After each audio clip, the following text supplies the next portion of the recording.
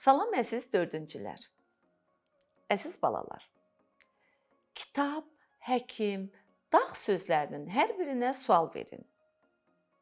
Kitab elədir, nə? Həkim kim? Dağ sözünə hara sualının veriləcəyini deyəcəksiniz. İndi isə və, ki, amma sözlərinə sual verin. Elədir, bu sözlərə sual verə bilmədiniz. Dərsliyinizdən A tapşırığını oxuyuram. Lüğətin köməyi ilə cümlədə altından xətt çəkilmiş sözləri izah edin. Hüseynqulu həvəslə bu təklifə qoşuldu.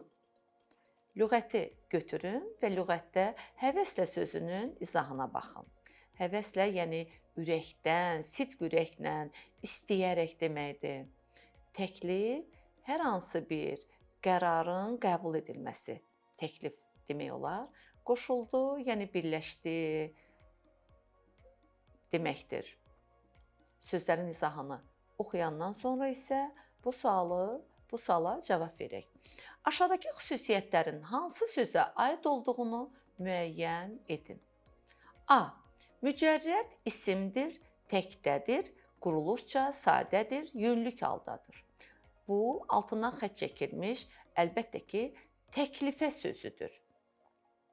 B. Feildir, keçmiş zamandadır, üçüncü şəxsin təkinə aiddir. Burada feil qoşuldudur və verilən xüsusiyyətlərin hər birini bu sözdə cəmlənir. Zərfdir, həvəslə zərfdir doğrudan da, çünki feillə bağlıdır. Hərəkətin tərzini bildirir, quruluşca düzəltmədir. Bu da həvəslə sözüdür. Əziz balalar, bizim bugünkü dərsimiz sözün leksik və qrammatik mənasıdır.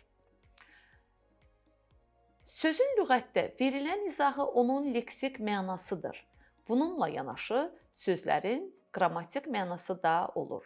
Siz lüğətdən hansı ki sözün izahını tapırsınız, deməli, bu olur sözün leksik mənası. Eyni zamanda qrammatik məna da olur. Gəlin, vətən sözündə həm leksik mənanı, həm də qrammatik mənanı izah edək. Vətən sözünün leksik mənası deyəndə, yəni insanın doğulub boya başa çatdığı yer, məkan başa düşülür. Qrammatik mənası isə vətən sözü isimdir, təkdədir, ümumidir, konkretdir və s. davamında demək olar. Əziz balalar, yadınızda saxlayın ki, köməkçi nitq hissələrinin yalnız qrammatik mənası olur. Onlar heç bir suala cavab vermir. Məsələn, uşaq yıxıldı, amma ağlamadı cümləsində amma sözünün leksik mənası yoxdur. Qrammatik mənasına görə isə bu söz bağlayıcıdır. Elə ona görə də dərsi başlayanda yazı taxtasında verilən və, ki, amma sözlərinə biz sual verə bilmədik, çünki bu sözlərin leksik mənası yoxdur. B tapşırığı. Cümlələrdə fərqləndirilmiş sözlərin leksik və qrammatik mənalarını izah edin. 4 cümlə verilib və hər cümlədə bəzi sözlər fərqləndirilib. Birinci cümləni oxuyuram. Qıpqırmızı güllər bağçaya yaraşıq verirdi. Qıpqırmızı sözünün leksik mənası tünd qırmızı, yəni çox qırmızı. Qrammatik mənası isə bu çoxaltma dərəcəlidir, əlamət bildirən sifətdir. İkinci söz güllər sözüdür. Güllər leksik mənası dibçəkdə və ya torpaqda yetişdirilən çiçək deməkdir. Qrammatik mənası isə isimdir, adlı haldadır, cəmdədir, ümumidir, konkretdir, quruluşca sadədir. Bağçaya sözü, yəni kiçik bağ, həyətyanı bağ deməkdir.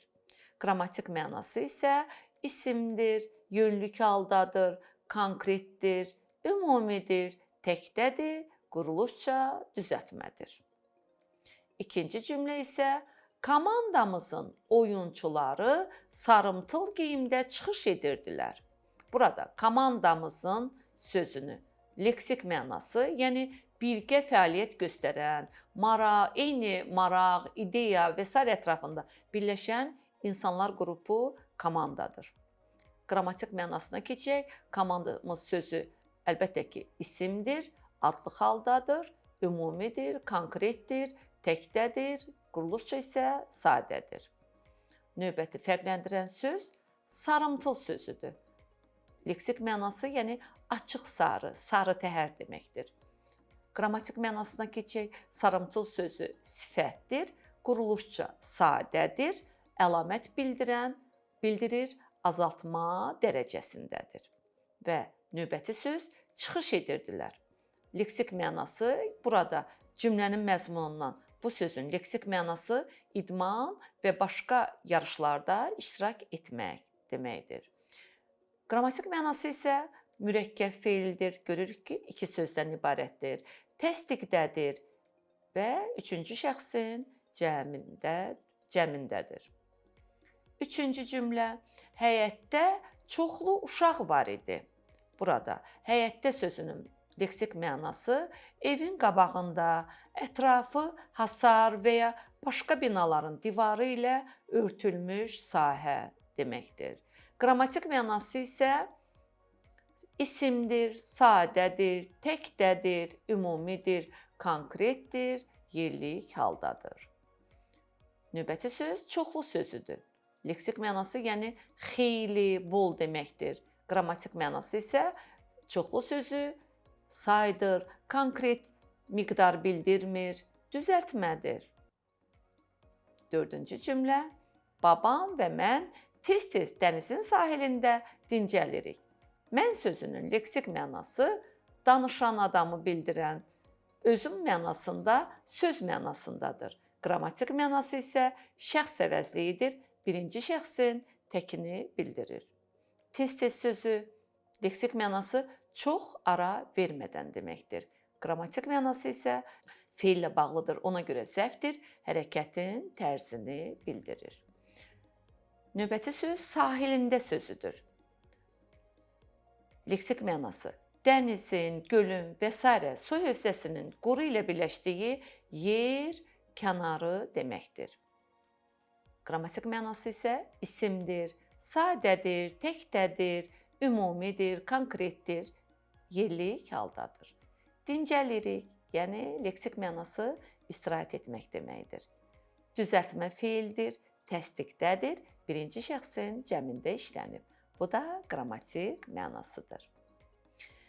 C tapşırığında deyilir, cümlədəki sözləri cədvəl üzrə qruplaşdırın. Birinci cümlə, vay vay, səhərə qədər hava düzəlməz ki. Burada vay vay köməkçilik hissəsi olduğuna görə yalnız qrammatik mənası var. Səhərə, bu isə həm leksik qrammatik mənası olan sözdür. Qədər, əlbəttə ki, bu söz də burada yalnız qrammatik mənası olan sözdür. Hava həm leksik, həm qrammatik mənası olan sözdür. Düzəlməz, bu da eyni zamanda leksik, qrammatik mənası olan sözlərə aiddir. Ki isə köməkçilik hissəsi olduğuna görə yalnız qrammatik mənası var. Uyğun sütunlarda qeyd edirik. İkinci cümlə, Aydın və Sevda parka tərəf getdilər. Burada Aydın, Sevda parka getdilər. Əlbəttə ki, leksik, qrammatik mənası olan sözlərdir və tərəf sözləri isə yalnız qrammatik mənası olan sözlərdir və hər bir sözü uyğun sütunda qeyd edirik.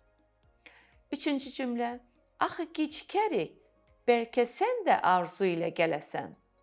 Burada gecikərik, sən, arzu, gələsən leksik və qrammatik mənası olan sözlər, digər sözlər isə axı, bəlkə, də ilə isə yalnız qrammatik mənası olan sözlərdir. Uyğun sütunlarda yazırıq. Əziz balalar, dərsimiz bu qədər. Sağ olun.